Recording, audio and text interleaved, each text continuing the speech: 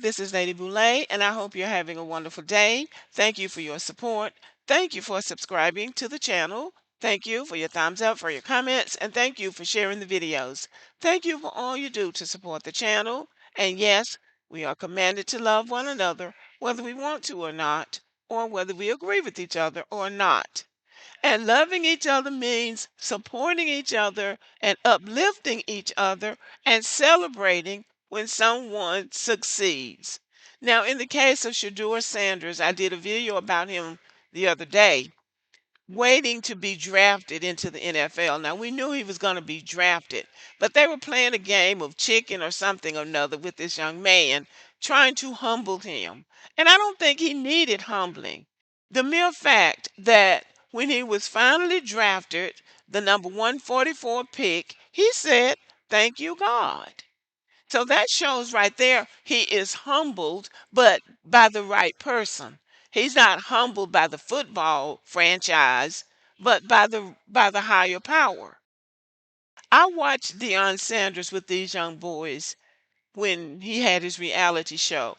He got out on that field and he taught those boys the fundamentals of football. And then he came back in the house and they sat down and they talked about football. But he also talked to them about life, about how to behave, about how to treat people. One of those boys, I believe it was either Shadua or Shiloh, liked a girl, and it seemed like they were in a private school. Dion had his own private school. It seemed like it was something like that.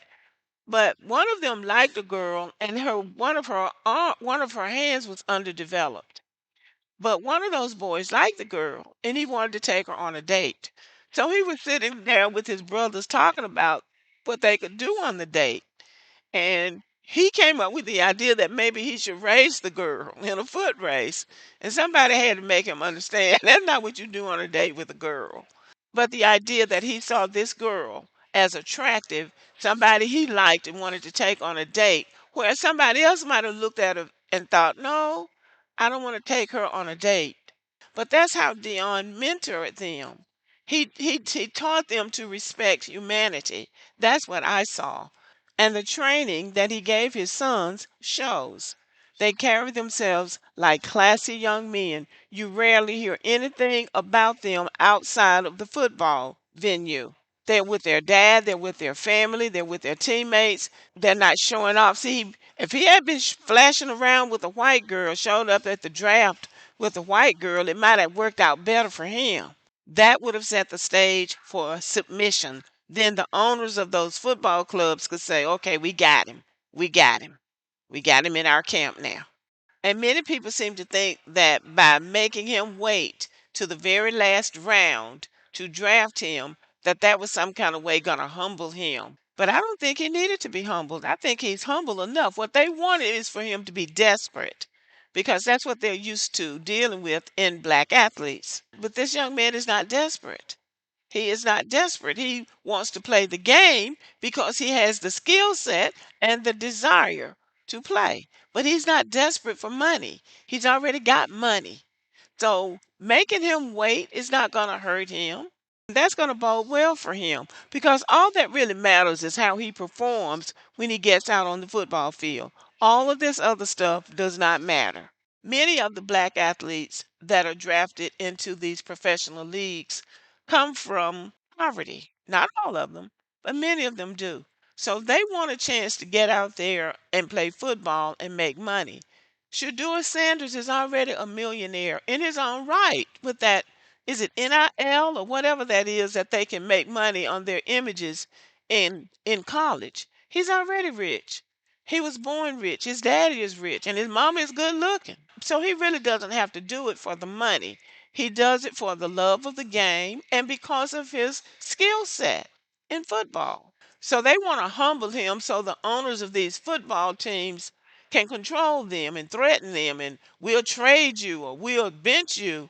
But he's already proven himself. So I thought that was a good look. And I'm really happy that he finally got his day. Now, the reason I do videos like this is because of the jealousy and the hatred in the Black American community that goes unchecked. They can just tear down anybody they want to. These people on the internet who don't have anything going for them except they haven't achieved anything in life. They never succeeded at anything. So they're waiting in the cut. When a black person does succeed, they're ready to cut them down. And I believe that we have to rally around our young people. These jealous people, they need to take an inward look and try to do better for themselves and stop trying to bring other black people down. There's enough money, there's enough success, there's enough achievement, there's enough limelight to go around. You don't have to try to step into somebody else's space to bring them down. Bring yourself up. I think about Beyonce's Beehive. These are mostly black women who are fans of Beyonce. And I don't think they are fanatic. They have built a protective wall around her as far as social media is concerned. If you come for her, they will come for you. I think that's good because the hatred is worse than the support. They appreciate her. They appreciate her gift, her talent, and her spirit. So they try to protect her. And I like that. Black men don't have that. And I think many of us have noticed this just looking at your YouTube timeline. Black men will be on a podcast for hours, dragging other black men down, whether it's an athlete or an entertainer. Somebody's better than somebody. Oh no, this other person is better than the other one. Talking about who's better. They can't just say, yes, they're all good. Let's move on to something that we can do. They will spend all day talking about what somebody else is not and who's better than somebody else. That is destructive to black people. If they're in a professional league, they're all good. One doesn't have to be better than the other. But giving them the benefit of the doubt, once you establish who's the best, how about you agree to work together to make America a better place for black Americans? That would be something very constructive and positive and something that you could actually do. They started out with this tearing down black women. But eventually they got some pushback and YouTube started kicking them off for hate speech because that's all it was. So now they back to what they do best, turning on each other. That's why they don't like each other. That's why they don't work together. And that's why there is a disconnect in black American men. And a lot of it goes back to immaturity, jealousy, and hatred of each other. And black women, especially mature black women like me, should not be silent because the quieter we get, the louder they get.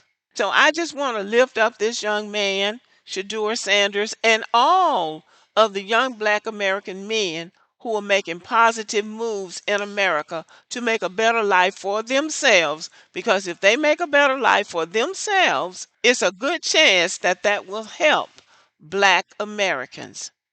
So anyway, y'all, thank you for listening. Let me know what you think about the video. I'm not trying to be negative, but I do believe that we have to learn how to lift each other up. And if you are lifting each other up, don't be discouraged by the haters who come in trying to show you where you're wrong and what's wrong with the other person. Because whatever's wrong with that other person is no worse than what's wrong with the person that's talking. Let me know what you think. Give me a thumbs up and have a great day.